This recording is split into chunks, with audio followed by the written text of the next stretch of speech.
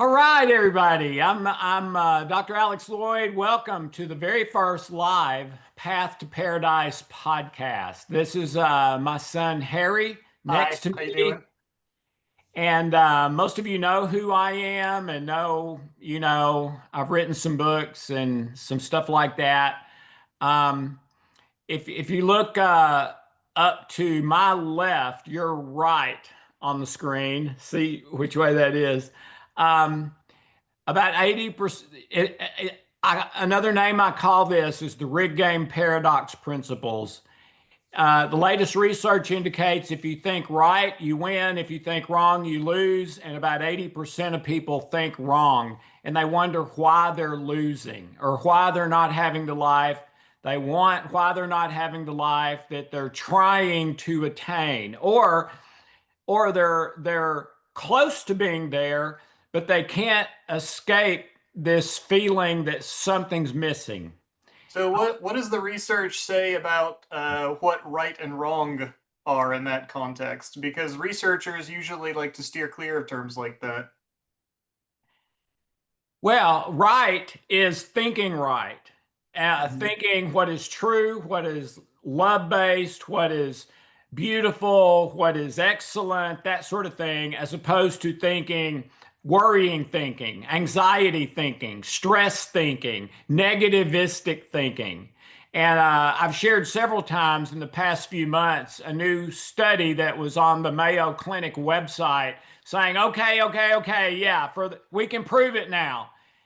If you think right and positively, it helps every metric related to health that we can find. If you think negatively and in error, in falsehood, etc., it makes everything health related worse that we know of. And then I thought it was funny, but honest, that they said, now we can't yet prove why this is true, but we can prove it is. And later we'll figure out why. So that's kind of the right and the wrong of it, at least as far as where I'm coming from. Real quickly, the Path to Paradise podcast is not intended to treat, heal, cure, diagnose any illness or disease. We work on the underlying spiritual issues of the heart only. That's all we've ever done for 25 years. That's all I ever intend to do. Not talking about religion. I tend to run from religion, talking about spirituality that underlies, I believe, virtually all health issues, whether mental, emotional, or physical. Okay, so let's cover some logistics at first. Okay, we are planning to do this podcast right now to start with 3 times a month, the second, third, and fourth Wednesday of the month. We'll take the first week off. If there is a fifth week, there's not always. I think 3 times a year there's a fifth week or something like that. We'll take that week off. So the middle 2, 3, and 4 Wednesdays of the month are when we're planning to do this. This is also in correlation with the new Practice of Paradise program, which is a mentorship program that we've never done before, never done anything close to it before. It is intended for anyone and everyone. And I believe whether you're a Christian, an atheist, a Muslim, a Buddhist, a Hindu, New Age, agnostic, it doesn't matter. I believe it will help you get from where you are to your best life possible. Now, full disclosure, I do believe there is a glass ceiling limit about 80% of the way that you can't get to without being right with God. And we're going to talk about that. And because of that, this is going to be the first thing I've really ever done in 25 years publicly with an open Bible. Uh, in the past, I've always had this attitude that I felt like I was led to not to offend anyone, because back when we were primarily just addressing stress and health with the healing codes trilogy, things like that, if people heard the word Bible or Jesus or church or whatever, and I'm not here to push church at all, that they would be gone. And I wouldn't have any chance to help them with their depression or anxiety or issues underlying their cancer or heart disease or whatever. But all that has changed. And let me share that real quickly. That was kind of in the promo short video Harry and I did that you probably got by email. But a number of years ago, I started feeling like um, I was better than I had ever been in my life, but there was still another level I could sense that I had never gotten to. Or if you want to think of it another way, kind of an internal void or hole that nothing had ever filled before. And and I was also going through some really difficult times in my own life personally, mainly relationships that were conflicted, and that I was really struggling with that. If I have a conflicted relationship, it's really hard for me to be at peace, at least until I do what I can do to make that right. And I had a couple of those.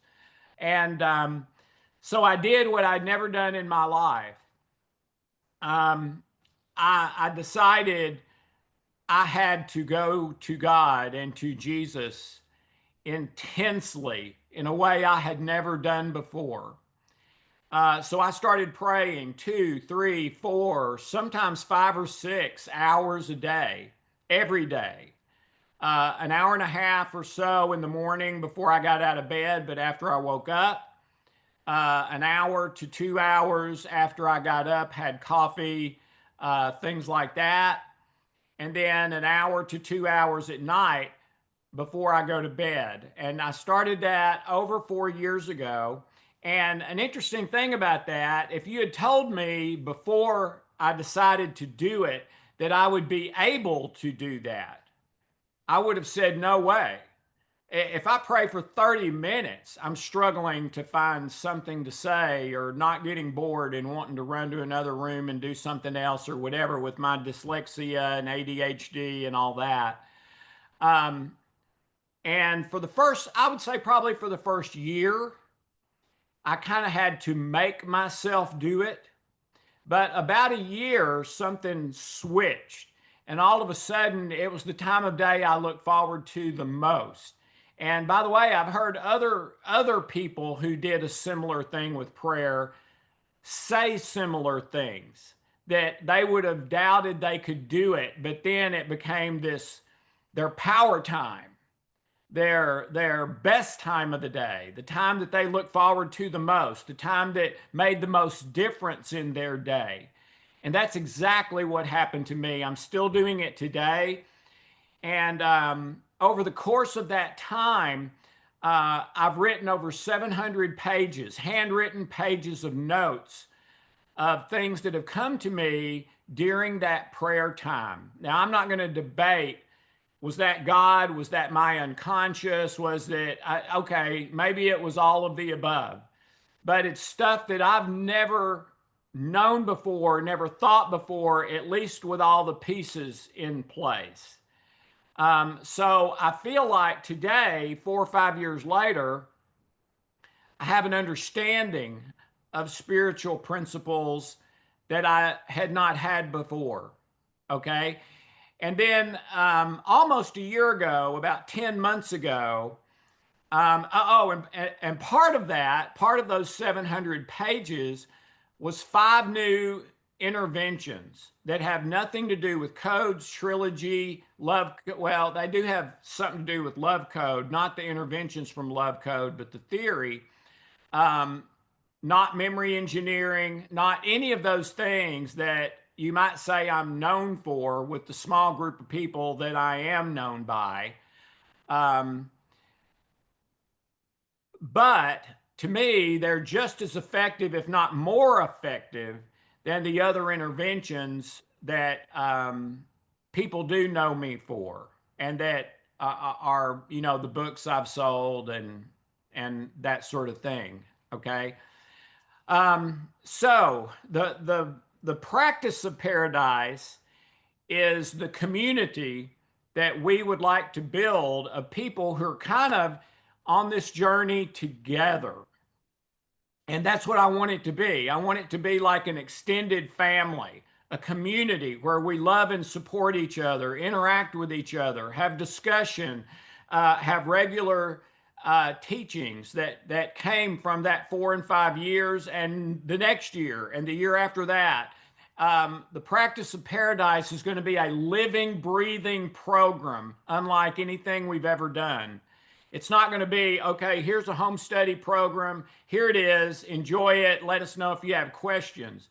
No, this one will keep growing. We'll keep putting more into it every single month. Uh, that is our plan, intention, and we believe we already have way more than enough material to do that for years going out into the future. Okay. So that's the practice of paradise. And unlike the healing codes and things like that, even though the new interventions in the practice of paradise are brand new and I believe just as effective or more so than the other interventions, to me, by far, the most important thing about the practice of paradise are the teachings themselves, which I cannot say is true of anything else we've ever done. Um, but you will be getting both of those, not just one. And we're going to start in the practice of paradise with a founders group. We want to build a core group of people who are committed to this, and start with that. Not necessarily start with hundreds or thousands of people, but start with a core group that is committed to, okay, I'm going to do this path for the foreseeable future and see what comes of it. Okay. At least that's what we are thinking. All right. The reason Harry is here is because Harry is a savant. He was a prodigy as a child. I can't. There have been many times when Harry was 4, 5, 6, 8 years old, where an adult would talk to Harry, and then they would come to Hope and I, and with kind of usually shaking their head and saying, "How old is he? I I don't understand half the words he used." Um, I tried to debate him at 6 years old, and he killed me. And we've heard things like that his whole life. And it's not something Harry learned, really. It's built into him. I believe it's a gift from God. Uh, his mind works better for reducing things to their least common denominator and the laws of Socratic logic than anyone I've ever seen. You don't want to get in an argument with him. Good luck. I don't. If I get in an argument with him, he'll beat me, even if it's something I've known intimately and taught even for years of my life. So we still get into arguments a lot though. we Because do, it's we fun. do, and I love that. So starting about 10 months ago, Harry and I started working on this, and then we started probably in February intensely on kind of a day-to-day basis. And we have been working, talking, praying, brainstorming, filming, refilming, writing, rewriting ever since. And we're going to keep doing that until we believe this is complete, which is probably going to be at least a couple of years.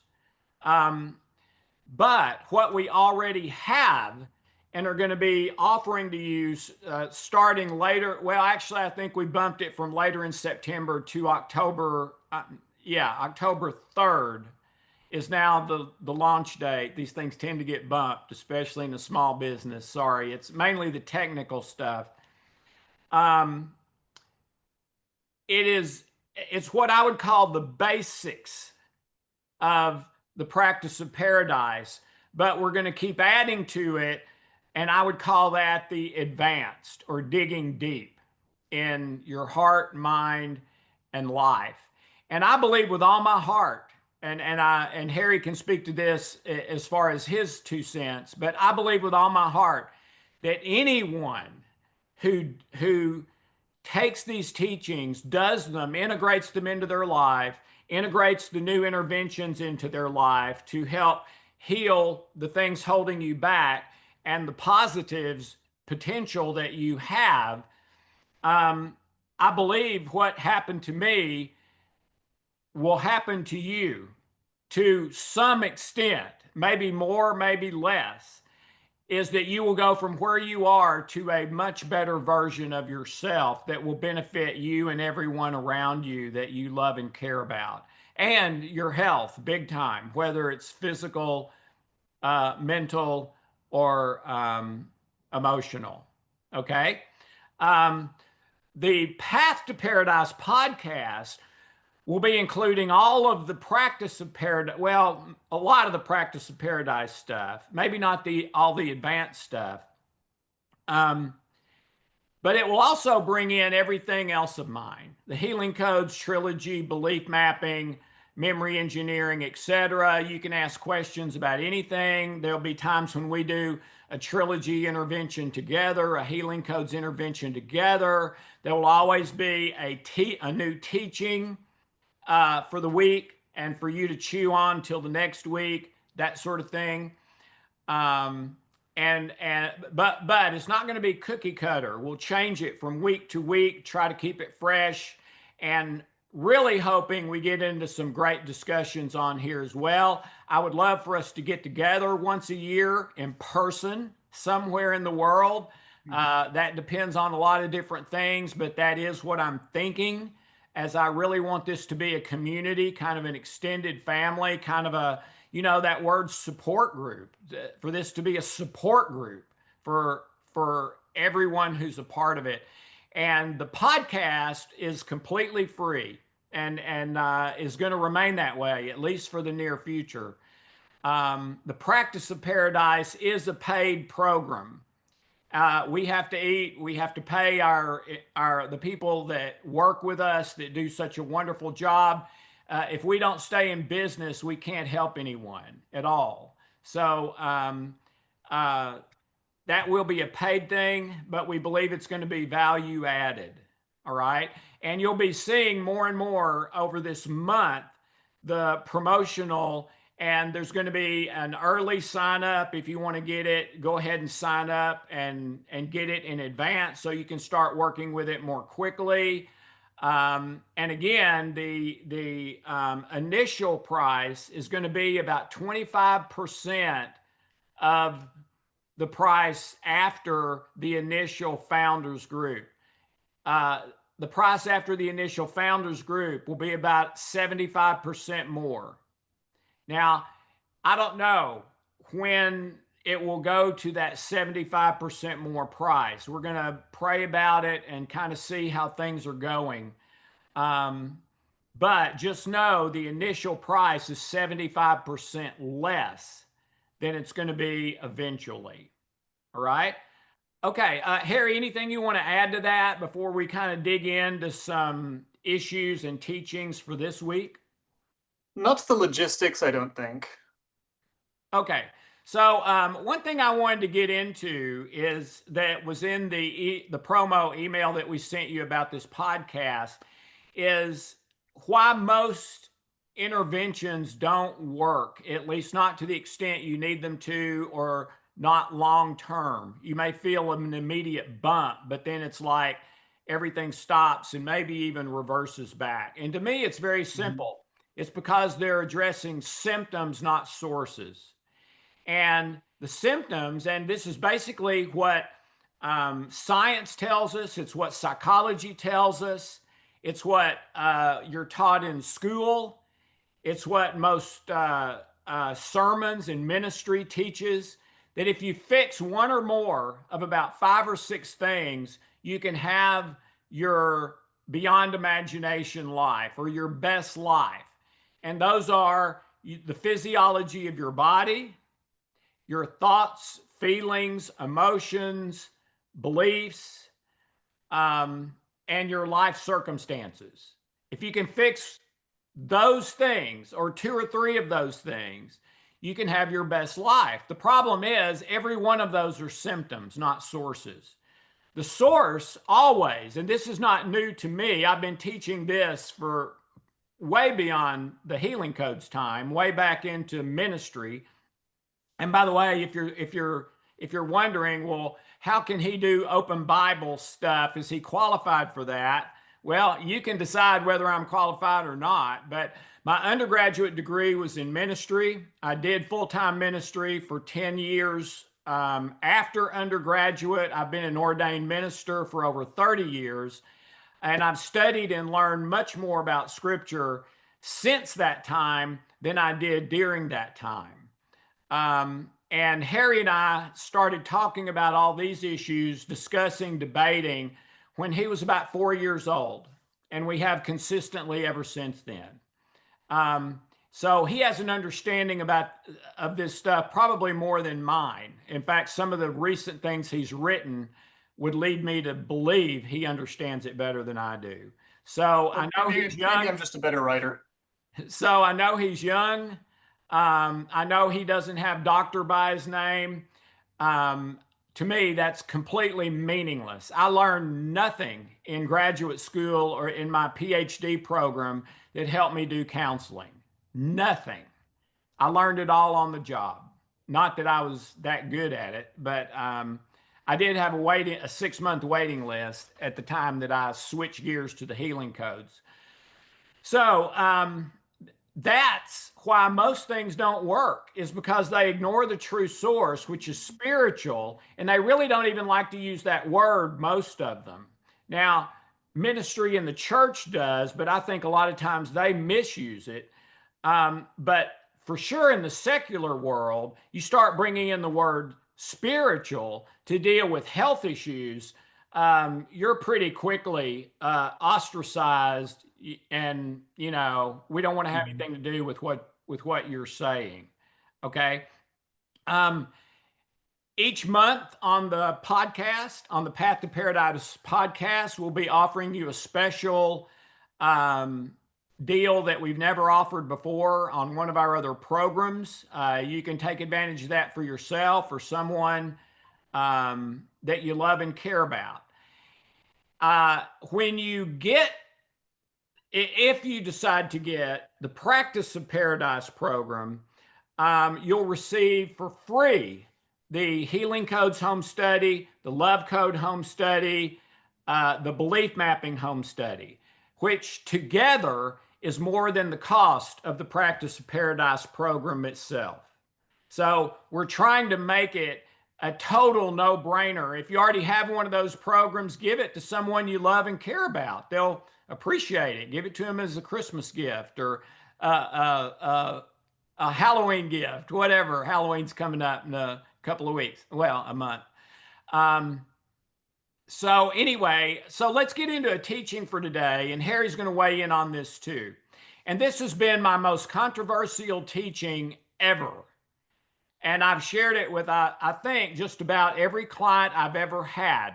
And it's about the only thing my clients have ever gotten mad at me for. And a number of them have gotten mad at me for this. Some of them have cursed me. Some of them have walked out of the room. They usually came back. But anyway, this is it. And here's the teaching.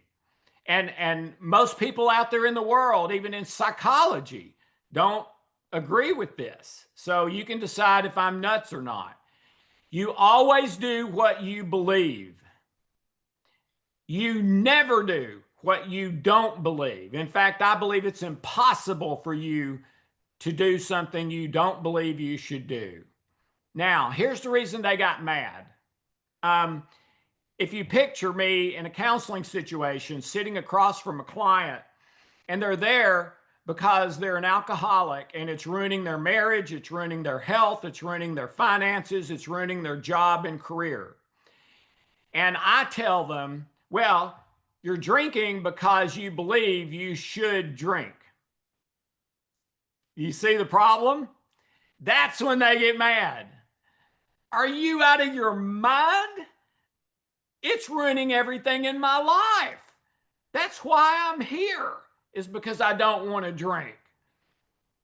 And I usually will calmly, I hear what you're saying, but you would not take a drink if you did not at the time believe it's best for you to take a drink. And so Hmm. here's the point. If you have a behavior or something that is pulling you down, holding you back in your life, detracting from your life, your health, your most important relationships, it's almost 100% that you've got a belief problem related to that thing. Now, you may have two beliefs about that thing. You may have five beliefs about that thing. And one of them says you shouldn't take the drink, but you have to have one that says you should or you would not do it. And it's usually in the drinking thing that the person, after they get drunk or take the drink that night, they're mad at themselves. Then they go to bed and sleep, get up in the morning, swearing they're not going to drink that day or the next day. And then when it gets to be 3, 4, 5, 6, 7, 8, 9 o'clock at night, when they're feeling a little antsy, a little jittery, they decide, okay, yeah, I want to quit drinking, but not tonight. I need it tonight.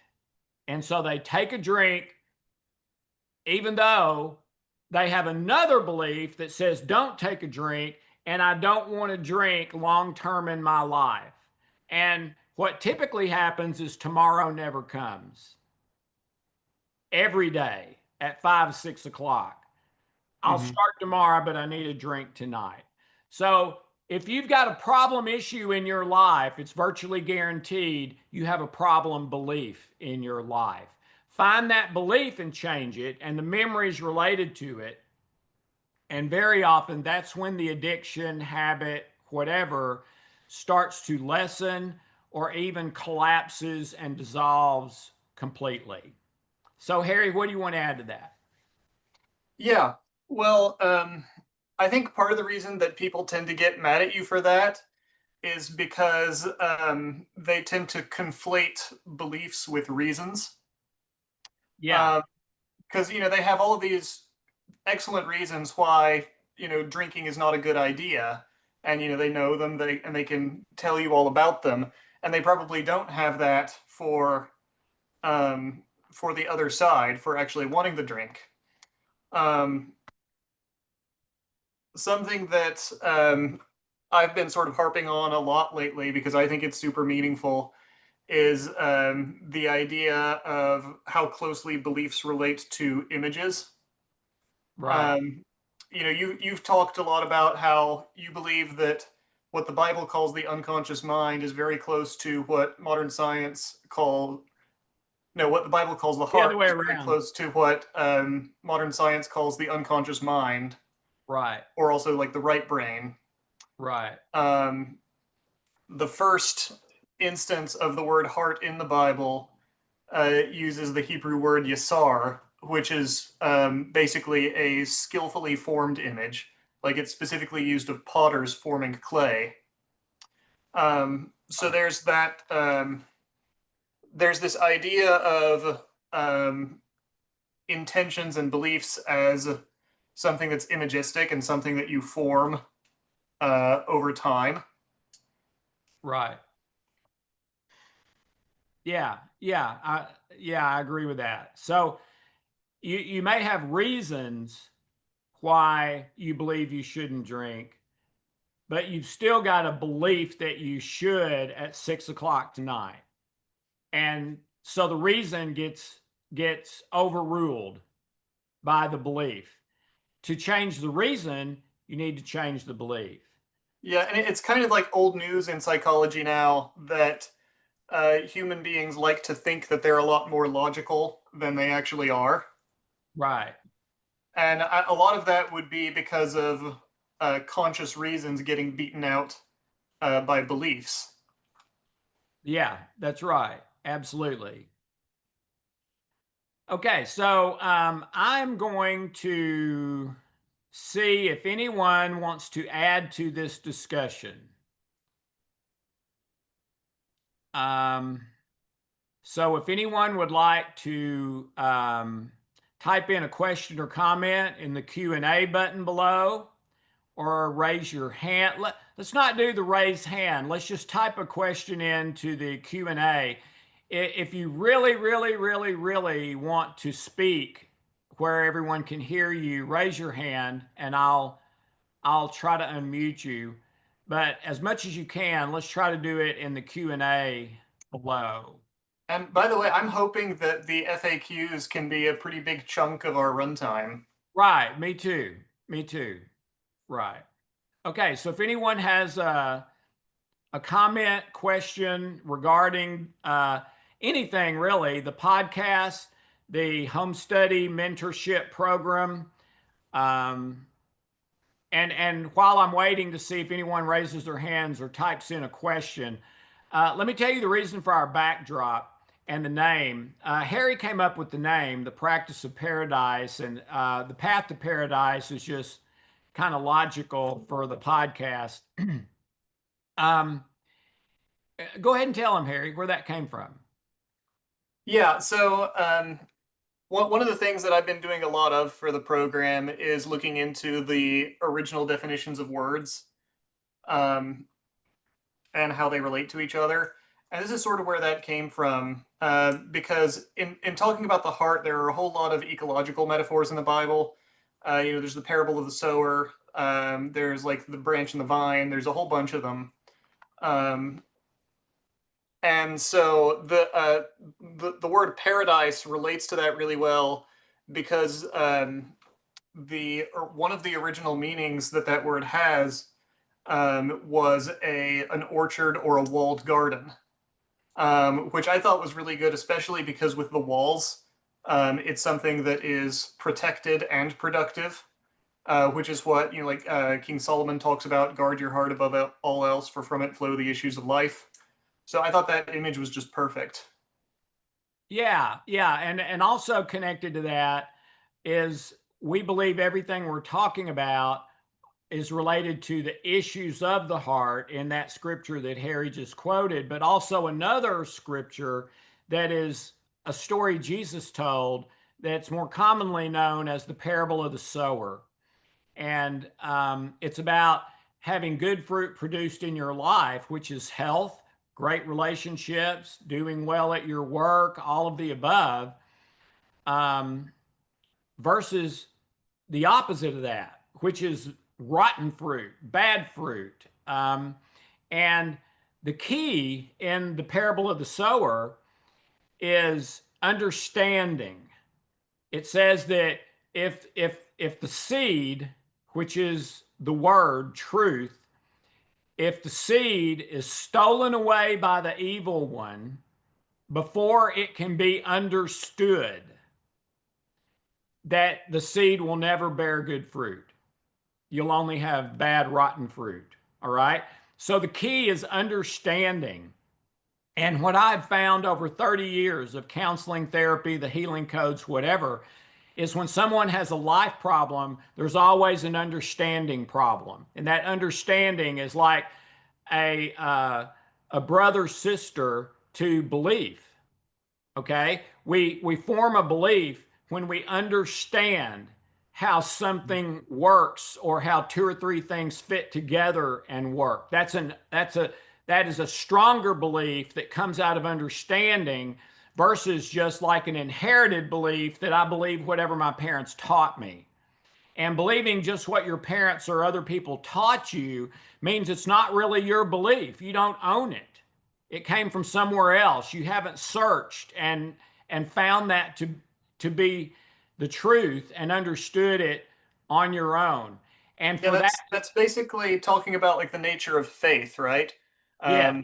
Because I always struggled with that as a kid, because people seemed to use the word in contradictory ways, where often they would use faith in the sense of something you just have to believe without explanation just because.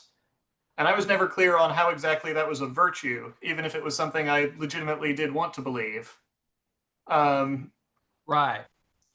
But what I've come to understand is that it's a lot more in the way of living out a belief that you have once been persuaded of.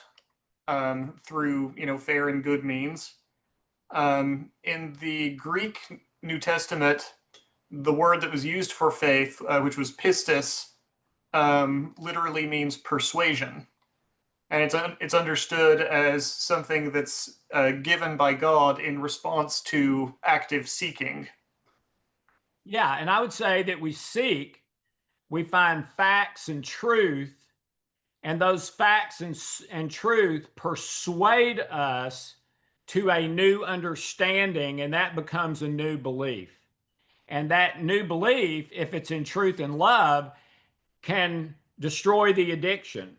It can destroy the habit. It can destroy the negativity, like the Mayo Clinic was talking about. And it can even change your personality, not just change your health. It can literally change your personality, and it can heal traumas, etc. All of the above. So, what I would hope is that between now and next week, when we have our next Path to Paradise podcast, and I'm say that 5 times real fast, Path to Paradise, is chew on this in your life. Okay, this problem area I have. What is the wrong belief I have that is based on a misunderstanding of the truth that is literally creating this problem?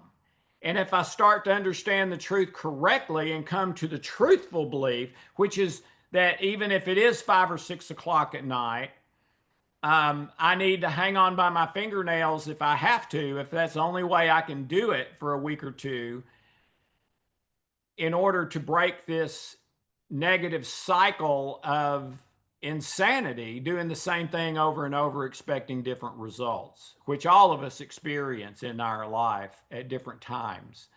Mhm. So I would ask you, pray, meditate, go for a walk, think about that in your own life.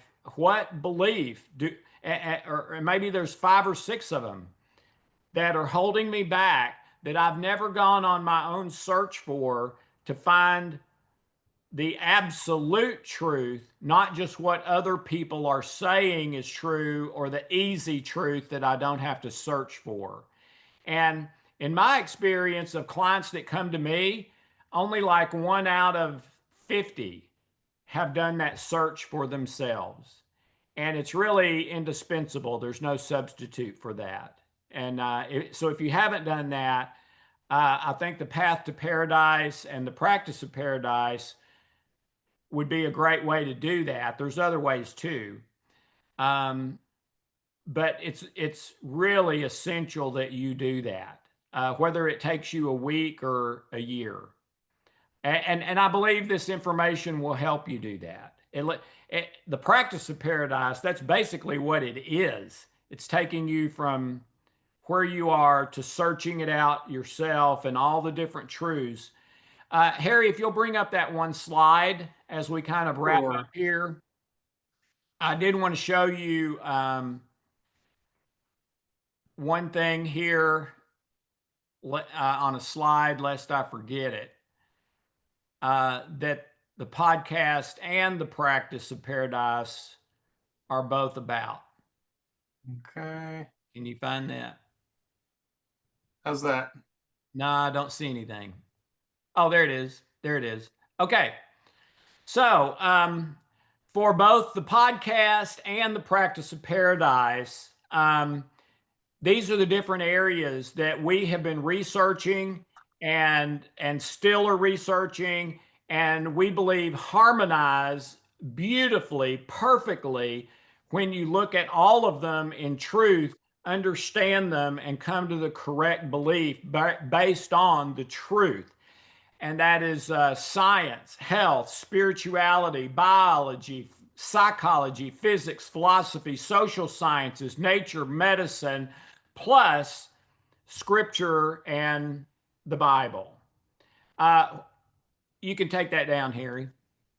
Um,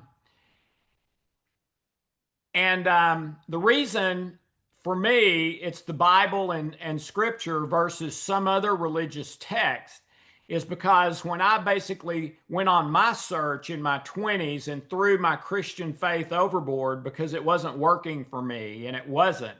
And I believe it's because I was misunderstanding what it was. And it was my parents' scriptural belief inherited. And I went on a search. I had 4 bumper guards. I had 4 things that if there really is a God, he has to have these 4 things because it's how we work right versus how we malfunction. And it's truth, love, justice, and grace. Okay? If it's not true, it's ridiculous that you're living your life that way, and everybody knows that. If it's not love based, we all know that love is the most important thing in the world. It's what all the songs are about, the stories are about, the poems are about. We know that. If you ask people, well, how important is love? They'll tell you 99.9% of them, oh, it's the biggest thing in life. It's huge. Justice. God is a God of justice. And in human experience, one of the first things we would do if we were shipwrecked together outside of searching for survivors and seeing what food we can get, it'd be to establish a system of justice. You can have 1 bottle of water a day, not 2. Okay.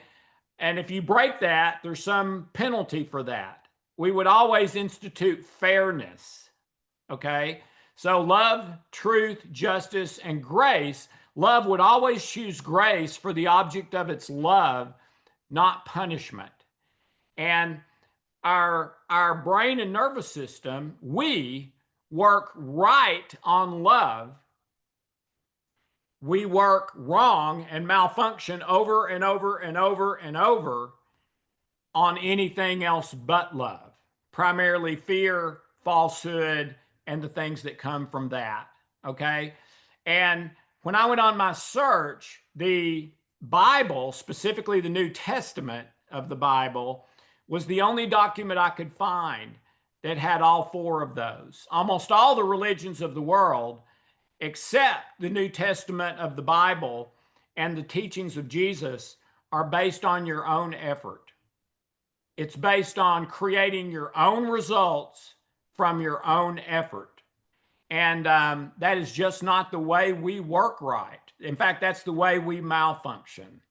So that's why, and we're not going to discuss all this every time. We're doing this because it's the first one. And we want you to know what it's about, why, how, all of that. Okay. All right, Harry, anything you want to add to that? Yeah, I was thinking about another thing that Solomon said about taking every thought captive. And so a thought that I had was maybe you need to look at that in light of that word yasar, like a skillfully formed image, where that's what that means.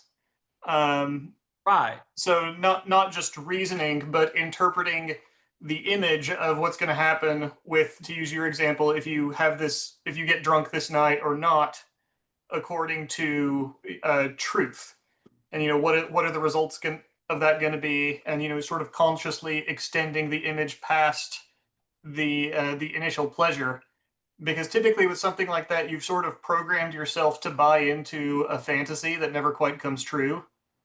Right. Or comes true sort of briefly a little bit and then falls apart. Yeah, yeah, and an illustration I love about that is, okay, I'm gonna say a statement, everyone. Think about what image you get when I say this statement. Throw the dog in the lake.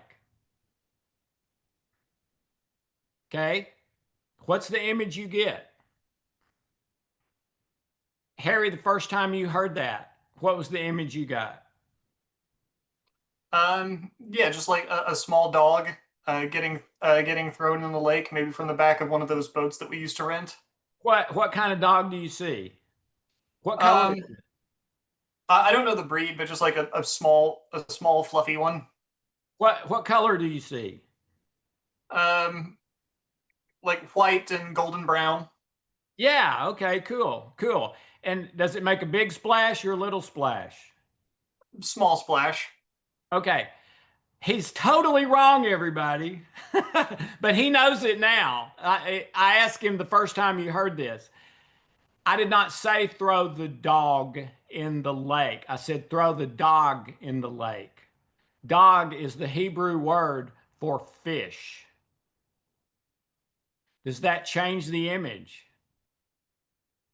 Of course it does. It changes it from something cruel like drowning a dog if it's not a lab or something, or being unkind to the dog, or maybe it's kind if it's a lab and they love to swim.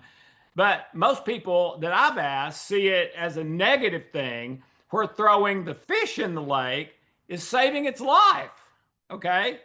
So, yeah, if you've got the wrong image of something, you misunderstand it. And if you misunderstand it, according to the parable of the sower, it's going to bear rotten fruit instead of good fruit in your life.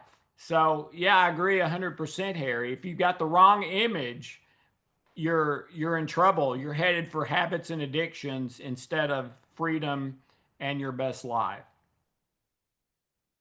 Okay. I do not see any comments or questions, but I would ask you, I know this is the first one, but now that we've had this, not discussion, but now that you've heard what we said, please come next time with questions, with discussion topics, things about the belief teaching from this week. We can still talk about that next week, even though we'll have another teaching next week.